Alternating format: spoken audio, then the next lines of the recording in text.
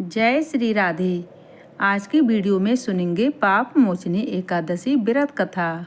युधिष्ठिर महाराज ने भगवान श्री कृष्ण से पूछा, हे केशव, कृपा करके आप मुझे चैत्र मास के कृष्ण पक्ष की पाप मोचनी एकादशी के बारे में कृपया करके बतलाएं। युधिष्ठिर महाराज की बात सुनकर भगवान श्री कृष्ण कहने लगे, हे राजन, पाप मोचनी एकादशी के व्रत को करने से मनुष्य के समस्त पापों का नाश हो जाता है और मनुष्य अष्ट सिद्धियों को प्राप्त करता है।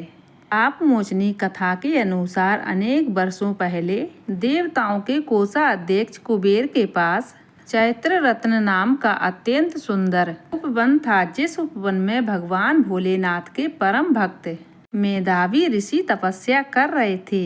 अनेक अप्सराओं ने उनकी तपस्या भंग करने का प्रयास किया, परंतु वे तपस्या भंग करने में निष्सफल रहीं।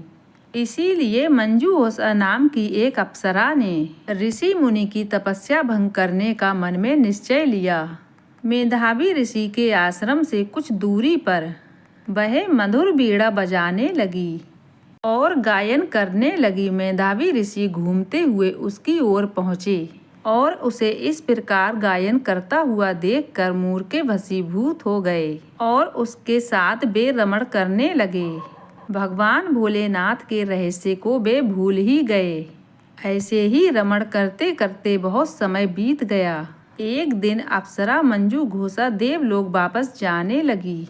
जाते समय उसने मुनि से कहा, हे ब्राह्मण, अब आप कृपया करके मेरे देश मुझे जाने की आज्ञा दीजिए। तब मेधावी मुनि बोले, हे देवी, जब तक सवेरे की संध्या ना हो जाए तब तक आप यहीं पर ठहरो। परंतु मंजूषा बोली, हे मुनिवर, अब तक ना जाने कितनी संध्याएं चली गईं। मुझ पर कृपया करके आप बीते हुए समय को याद कीजिए। तब मंजूषा की बात सुनकर मेधावी ऋषि ने बीते हुए समय का हिसाब लगाया। तब उन्हें पता चला मंजू अप्सरा के साथ उन्हें 57 साल बीत चुके हैं। मंजूषा को अपनी तपस्या का विनाश करने वाली जानकर मेधावी मुनि उस पर क्रोधित हो गए और उन्होंने उसे श्राप देते हुए कहा, अरे पापनी, तुमने मेरी कठोर तपस्या को भंग किया है। मैं तुम्हें श्राप देता हूँ कि तुम पिशाच योनि में चली जाओगी। मुनि के श्राप को सुनकर मंजूषा नम्रता से बोली, हे मुनिवर, मैंने आपके साथ अनेकों वर्ष व्यतीत किए हैं, कृपया करके मुझ पर कृपा कीजिए। तब मेधावी मुनि बोले, मैं क्या करूं, तुमने मेरी बहुत बड़ी तपस्या भंग की है। चैत्र कृष्ण पक्ष में जो शुभ एकादशी आती है उसका नाम पाप मोचनी एकादशी है। ये एकादशी सभी पापों को नाश करने वाली है। हे सुंदरी, इस एकादशी का व्रत करने से तुम्हें पिशाच योनि से मुक्ति मिल जाएगी। ऐसा कहकर मेधावी मुनि अपने पिता च्यवन मुनि के आश्रम चले गए। उन्हें देखकर च्यवन मुनि ने पूछा, बेटे, यह क्या अनर्थ तुमने कर दिया? तुमने तो अपने सभी पुण्य कर्मों का नाश कर दिया।